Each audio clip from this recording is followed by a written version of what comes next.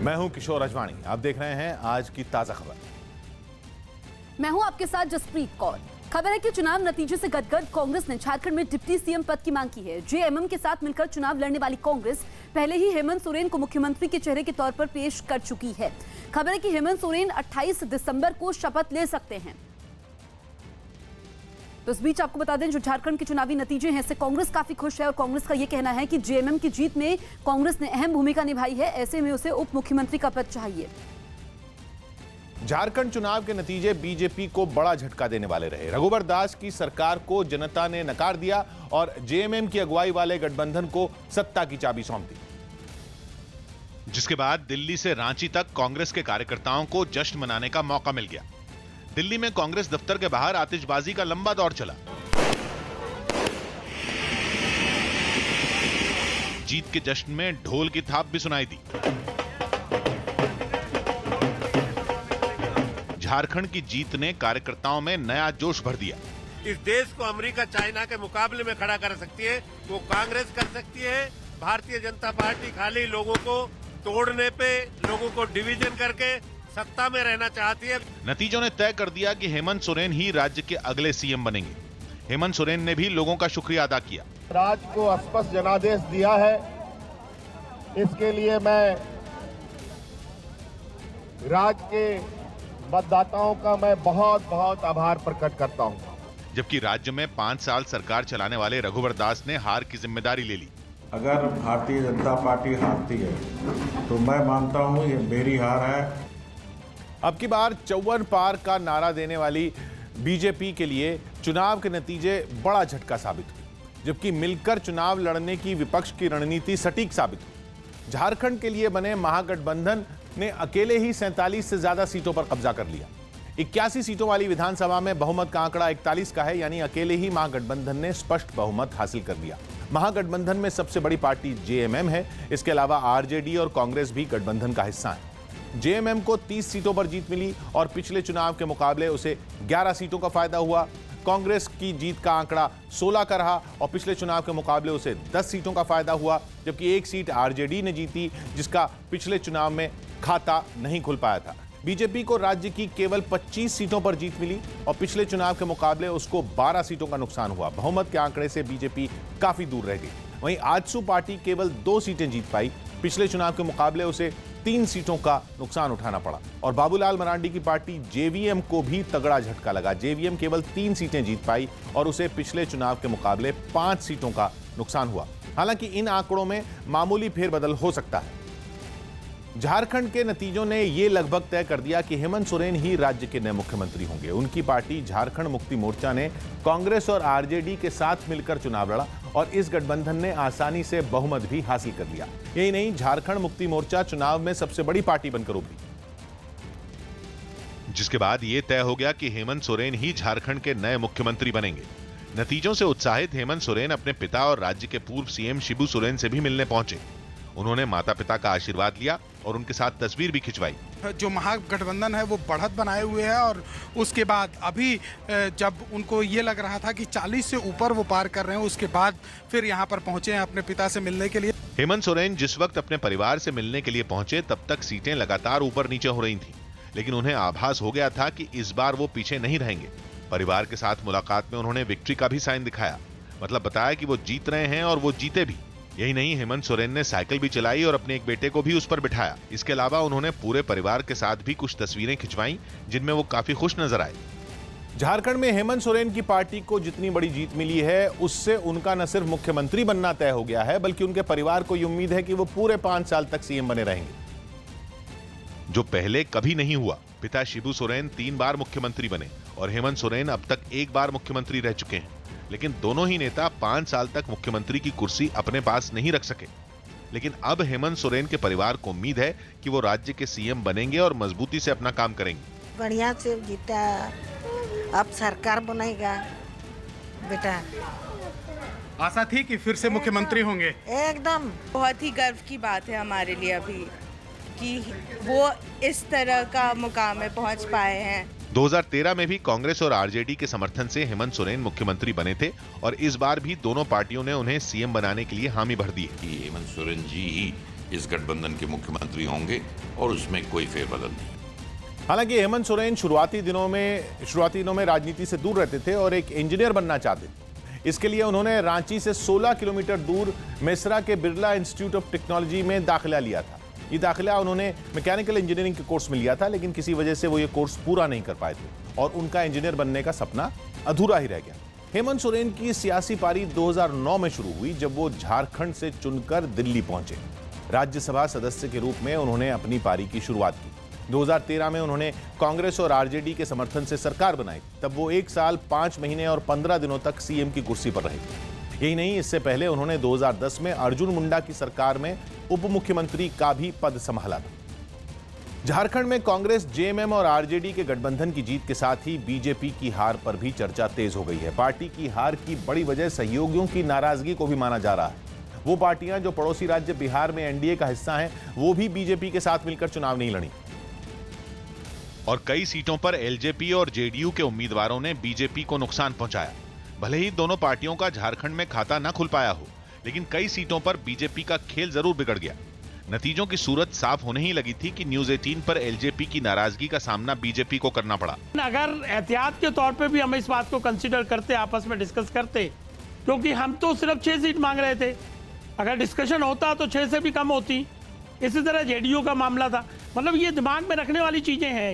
ये हमको थोड़ा सा सबक तो लेना ही पड़ेगा ना इन चीजों। वाजपेयी जी, किशोर अजवानी जी चाहते हैं कि हम और आप जो बहुत नजदीकी सहयोगी नहीं, किशोर की चाहने से थोड़ी होगा कुछ। वो चाहते हैं कि हम आप टीवी पे ही बहस कर लें। नतीजे आने के बाद सहयोगियों ने बीजेपी को सबक लेने की नसीहत दे दी। जो अलायंस होता है, साथ में लेकर चलने को इन लोगों ने छोड़ दिया था। आजसू पार्टी को छोड़ दिया, जनता दल यूनाइटेड अलग लड़ा, लोक जनशक्ति पार्टी अलग लड़ा। जबकि बीजेपी के तेवर हार के बाद भी नरम नहीं हुए। आप उस पार्टी की बात कर रहे हैं ना जो वहां पर 0 पे आउट हो गया, तो उस पर क्या कमेंट करना है? 0 पे आउट होने वाले दूसरों को सब नसीहत देंगे। नतीजे बताते हैं कि झारखंड में बीजेपी भले ही बहुमत से काफी दूर रह गई हो, लेकिन महागठबंधन और बीजेपी के वोट प्रतिशत में ज्यादा अंतर नहीं रहा। 25 सीटें जीतने वाली बीजेपी को इस चुनाव में करीब 34% वोट मिले, जबकि महागठबंधन का वोट शेयर 36% के करीब रहा। महागठबंधन में सबसे बड़ी पार्टी जेएमएम रही, जिसे 19% वोट मिले। कांग्रेस को करीब 14% वोट मिले और आरजेडी को 3% के करीब वोट मिले। जेडीयू को 0.8% वोट मिले और एलजेपी को 0.3% वोट मिले। यानी ये दो पार्टियां जो एनडीए का केंद्र में और बिहार में हिस्सा हैं, वो झारखंड में 1% से ज्यादा वोट लेने में कामयाब हो गए। माना जा रहा है कि यही 1% अगर बीजेपी के साथ जुड़ा होता तो नतीजों पर बड़ा फर्क पड़ सकता था। राजघाट पर खुले में बैठकर नागरिकता कानून के खिलाफ कांग्रेस के सभी बड़े नेता विरोध प्रदर्शन कर रहे थे। इसी बीच सोनिया गांधी को ठंड लगी, जिसके बाद वो शॉल ओढ़ने की कोशिश करने लगी। इस पर राहुल गांधी तुरंत अपनी जगह से उठे और अपनी मां को शॉल उड़ाने में मदद करने लगे। राहुल और सोनिया का ये वीडियो काफी वायरल हो रहा है। यूरोप के स्वीडन में हर साल बनाया जाने वाला आइस होटल, यानी बर्फ का होटल, अपनी 30वीं सालगिरह मना रहा। 30 साल के जश्न को खास मनाने के लिए होटल के अंदर सैलानियों के लिए कई इंतजाम किए गए, ताकि छुट्टियां मनाने के लिए वहां पहुंचने वाले लोगों को हर सुविधा मिल सके। होटल को खूबसूरत बनाने के लिए उसके अंदर कई तरह की कलाकृतियां भी बनाई गई। 12 रूम के इस होटल को बनाने के लिए 16 देशों के 32 कारीगरों और कलाकारों ने दिन रात मेहनत की। होटल के अंदर के कमरे, सीढ़ियां और बार वगैरह बनाने के लिए 2.5 टन के करीब 1000 आइस ब्लॉक यानी बर्फ के बड़े टुकड़ों का इस्तेमाल किया गया। पहले इन टुकड़ों को मशीनों की मदद से सही आकार में काटा गया और फिर कारीगरों ने इन्हें होटल के अंदर फिट किया। इस होटल को सैलानियों के लिए खोल दिया गया है और अगले साल मार्च के पहले हफ्ते तक लोग वहां जा सकेंगे। उसके बाद मौसम गर्म होने पर यह होटल पिघलकर पास की नदी में समा जाएगा। बताया गया कि हर साल वहां 70,000 से ज्यादा लोग छुट्टियां मनाने पहुंचते हैं, लेकिन होटल की 30वीं सालगिरह पर वहां ज्यादा लोगों के पहुंचने की उम्मीद जताई जा रही है। नागरिकता संशोधन कानून पर बंगाल की मुख्यमंत्री ममता बनर्जी को कोलकाता हाईकोर्ट से झटका लगा है। उन्होंने इस कानून के विरोध में राज्य में कई विज्ञापन दिए थे, जिसके खिलाफ अदालत में याचिका दाखिल की गई थी, जिस पर सुनवाई करते हुए कोलकाता हाईकोर्ट ने ममता बनर्जी को नागरिकता संशोधन कानून के विरोध में लगाए गए सभी विज्ञापनों को हटाने का आदेश दिया। ममता बनर्जी इस कानून का खुलकर विरोध कर रही हैं और इसीलिए उन्होंने टीवी चैनलों और वेबसाइटों पर इसके विरोध में विज्ञापन दिया था। बंगाल सरकार के इन विज्ञापनों के विरोध में हाईकोर्ट में 6 जनहित याचिकाएं दायर की गई थी। कुछ दिन पहले नागरिकता संशोधन कानून के विरोध में हुए प्रदर्शनों में बंगाल के कई जिलों में सरकारी संपत्ति को नुकसान पहुंचाया गया था, जिसके बाद कोलकाता हाईकोर्ट ने सख्त रुख अपनाते हुए ममता सरकार से रिपोर्ट तलब की थी। नागरिकता कानून के खिलाफ कांग्रेस के विरोध प्रदर्शन के समय दिग्विजय सिंह और अशोक गहलोत ने पीएम मोदी और अमित शाह पर जमकर हमला बोला। प्रधानमंत्री का कहना है कि आप लोग अफवाह फैला रहे हैं, एनआरसी को लेकर सरकार के अंदर कोई बात नहीं हुई है। बीजेपी के मैनिफेस्टो में एनआरसी है, महामहिम राष्ट्रपति के अभिभाषण में एनआरसी लागू करने का वादा है, गृह मंत्री जी ने पार्लियामेंट में कहा है एनआरसी हम लोग लाएंगे। भ्रम तो वो खुद फैला रहे हैं। एनआरसी का कांग्रेस पार्टी भरपूर विरोध करती है, किसी भी हालत में इसको लागू नहीं होने देंगे। क्यों भ्रम फैला रहे हैं, आपको क्या लगता है? क्योंकि प्रधानमंत्री कुछ और कह रहे हैं, अमित शाह कुछ और कह रहे हैं, ऐसा विपक्ष का कहना है। ये उनकी रणनीति है, ये रणनीति है, ये पूरे तरीके से देश में भ्रम फैलाकर अपना एजेंडा पूरा करना चाहते हैं। प्रधानमंत्री ने कल कहा कि आप लोग अफवाह फैला रहे हैं और एनआरसी को लेकर सरकार के अंदर कोई बातचीत नहीं हुई है। ये दुर्भाग्य देश का प्रधानमंत्री नरेंद्र मोदी जी देश को गुमराह कर रहे हैं। वो कह रहे हैं एनआरसी पे बात ही नहीं हो रही है, चर्चा ही नहीं है। पता नहीं कांग्रेस वाले क्यों भड़का रहे हैं देशवासियों को। और उनके गृह मंत्री पिछले 4 महीने से लगातार बोल रहे थे पार्लियामेंट के अंदर भी बाहर भी कि मैं पूरे मुल्क के अंदर हर राज्य में एनआरसी लागू करके रहूँगा। तो आप सोच लीजिए कि इससे बड़ा दुर्भाग्य क्या होगा कि लोग गुमराह कर रहे हैं आप लोग। इसीलिए आग लगी हुई है, उबाल आया हुआ है और सरकार समझ नहीं पा रही है। झारखंड विधानसभा चुनाव में बीजेपी को झटका लगने के साथ ही कई वीआईपी सीटों पर भी बड़ा उलटफेर हुआ। वहां की कुछ वीआईपी सीटें जिन पर सभी की नजरें टिकी हुई थी, उनमें एक है जमशेदपुर ईस्ट सीट, जहां से 5 बार विधायक रहे मुख्यमंत्री रघुबर दास निर्दलीय उम्मीदवार सरयू राय से हार गए। इस सीट से कांग्रेस से अपनी किस्मत आजमा रहे गौरव वल्लभ तीसरे नंबर पर रहे, जबकि बरहेट सीट से जेएमएम नेता और राज्य के संभावित मुख्यमंत्री हेमंत सोरेन की जीत हुई। उन्होंने बीजेपी के सिमोन मालतो को हराया। हेमंत सोरेन ने केवल बरहेट सीट पर ही नहीं बल्कि दुमका सीट पर भी जीत हासिल की। उन्होंने वहां से बीजेपी प्रत्याशी और राज्य सरकार में मंत्री लुइस मरांडी को हराया। इसके अलावा चक्रधरपुर सीट पर भी सबकी नजर थी। वहां से बीजेपी प्रदेश अध्यक्ष लक्ष्मण गिलुआ को जेएमएम के सुखराम उरांव ने मात दी। बीजेपी के लिए एक और बुरी खबर सिसई सीट से भी सामने आई, क्योंकि वहां से विधानसभा स्पीकर और बीजेपी प्रत्याशी दिनेश उरांव जेएमएम प्रत्याशी से पिछड़ गए। एक और सीट जिसके नतीजों का सभी को इंतजार था वो थी सिल्ली सीट, जहां से राज्य के पूर्व उप मुख्यमंत्री और आजसू पार्टी प्रमुख सुदेश महतो ने जेएमएम की सीमा देवी को हराया। वहीं राज्य की लोहरदगा सीट से कांग्रेस के लिए खुशखबरी आई, क्योंकि वहां से पार्टी के प्रत्याशी और कांग्रेस के प्रदेश अध्यक्ष रामेश्वर उरांव ने बीजेपी के सुखदेव भगत को मात दी। झारखंड चुनाव में शिकस्त के बाद सीएम रघुबर दास ने राज्यपाल को अपना इस्तीफा सौंप दिया। रघुबर दास जमशेदपुर पूर्वी सीट पर निर्दलीय विधायक सरयू राय से 15,833 वोट से हार गए। वहीं मुख्यमंत्री को हराने के बाद सरयू राय ने न्यूज 18 से बात करते हुए कहा कि उन्होंने जनता के मुद्दों पर चुनाव लड़ा और जीत भी दर्ज की। जनता के बीच आपने कुछ मुद्दे उठाए थे, लगातार आप मुख्यमंत्री के खिलाफ कुछ तकनीकी बातें कर रहे थे जिसको नहीं सुना जा रहा था, और आज जब जनता ने आपको सिर आंखों बिठाया, क्या कहना? देखिए, जमशेदपुर पूर्वी क्षेत्र की जनता ने अपने मुद्दों तक ही मुझे सीमित कर दिया था। इस चुनाव में मुद्दे जनता के थे, चाहे 86 बस्तियों का हो या रोजगार का, उद्योग धंधों की हालत ख़राब होने का हो या भय आतंक के वातावरण बनने का हो। इन 3 मुद्दों पर जनता ने मुझे विवश किया था कि मैं इनके मुद्दों के साथ रहूं, और मैंने कहा भी था कि मैंने अपने मुद्दों को दरकिनार किया, आपके मुद्दों को ही मैं प्राथमिकता दे रहा हूं, और इन मुद्दों का समाधान करना कोई आसान काम नहीं है।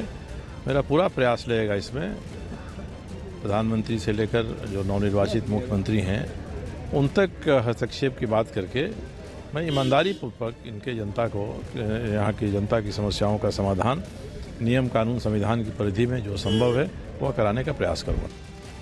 नागरिकता संशोधन कानून पर पूरे देश में मचे घमासान के बीच बीजेपी ने कोलकाता में इसके समर्थन में मार्च निकाला। बीजेपी ने नागरिकता कानून के समर्थन में देश भर में 1000 रैलियां करने का ऐलान किया। और इसी कड़ी में कोलकाता की सड़कों पर बीजेपी ने नागरिकता संशोधन कानून के समर्थन में मार्च निकाला, जिसकी अगुवाई पार्टी के कार्यकारी अध्यक्ष जेपी नड्डा ने की। इस मार्च में बड़ी संख्या में बीजेपी के कार्यकर्ता पार्टी का झंडा लेकर शामिल हुए, जबकि कुछ कार्यकर्ताओं ने हाथों में तिरंगा ले रखा था। इस दौरान मार्च में शामिल बीजेपी की महिला कार्यकर्ता जमकर नारेबाजी करती रहीं।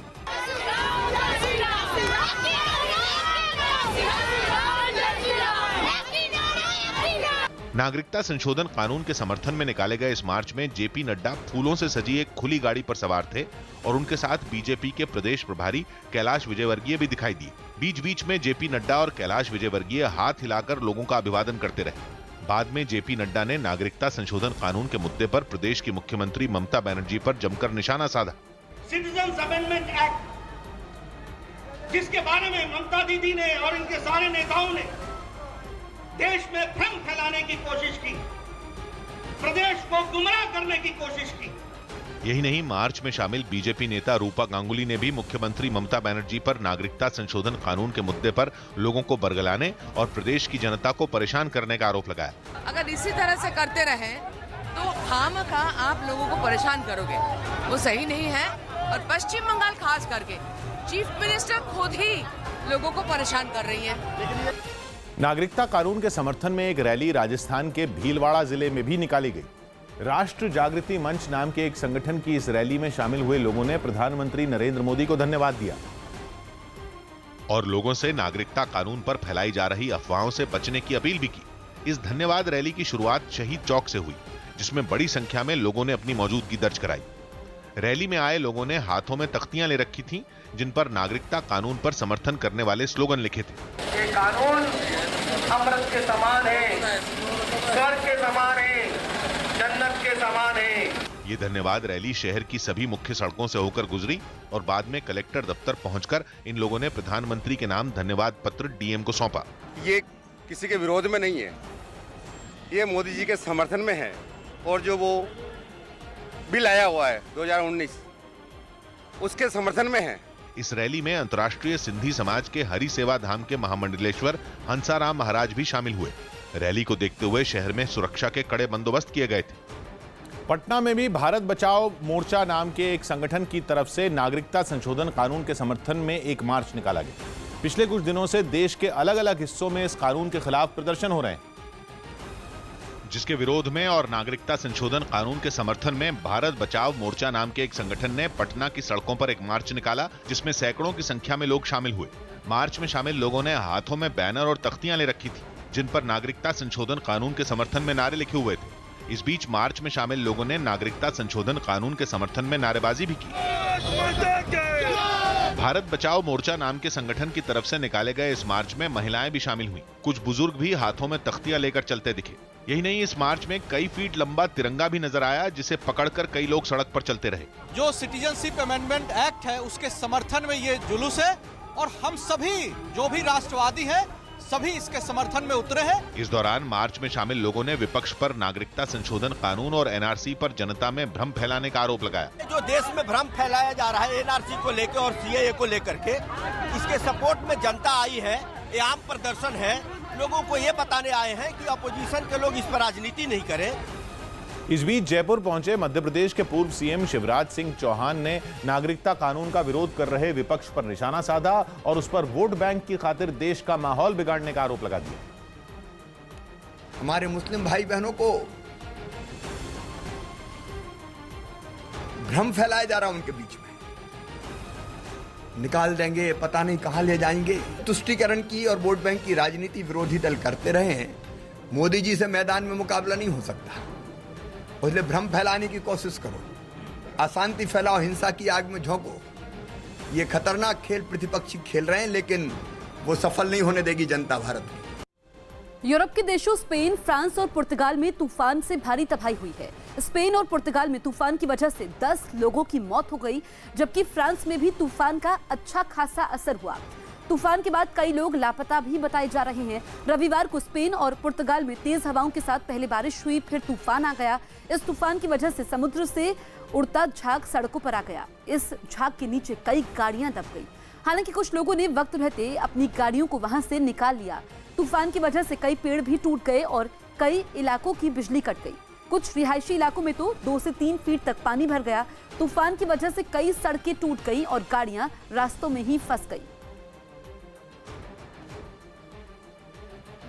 झारखंड की 81 सीटों को अगर ग्रामीण, शहरी और छोटे शहरों की सीटों में बांटकर देखें तो बीजेपी को सभी जगहों पर नुकसान हुआ है। 81 में 37 ग्रामीण सीटों में बीजेपी केवल 8 सीट जीत पाई और पिछले चुनाव के मुकाबले उसे 2 सीट का नुकसान उठाना पड़ा, जबकि महागठबंधन को ग्रामीण इलाकों में 22 सीटें मिली और उसे 3 सीट का फायदा हुआ। 39 छोटे शहरों की सीटों में बीजेपी को 7 सीटों का बड़ा नुकसान हुआ और पिछले चुनाव में जीती 22 सीटों के मुकाबले इस बार बीजेपी केवल 15 सीट ही जीत पाई, जबकि महागठबंधन ने छोटे शहरों की इन सीटों पर सबसे ज्यादा बढ़त बनाई। पिछली बार के मुकाबले उसे 17 सीट का फायदा हुआ। जीत का कुल आंकड़ा 22 पर पहुंचा। झारखंड में शहरी सीटें केवल 5 है, जिनमें पिछली बार सभी 5 सीटें बीजेपी ने जीती थी, लेकिन इस बार उसे केवल 2 सीट ही मिली। महागठबंधन इन 5 सीटों में 2 पर कब्जा करने में कामयाब रहा, जबकि इन सीटों पर पिछली बार उसका खाता भी नहीं खुला था।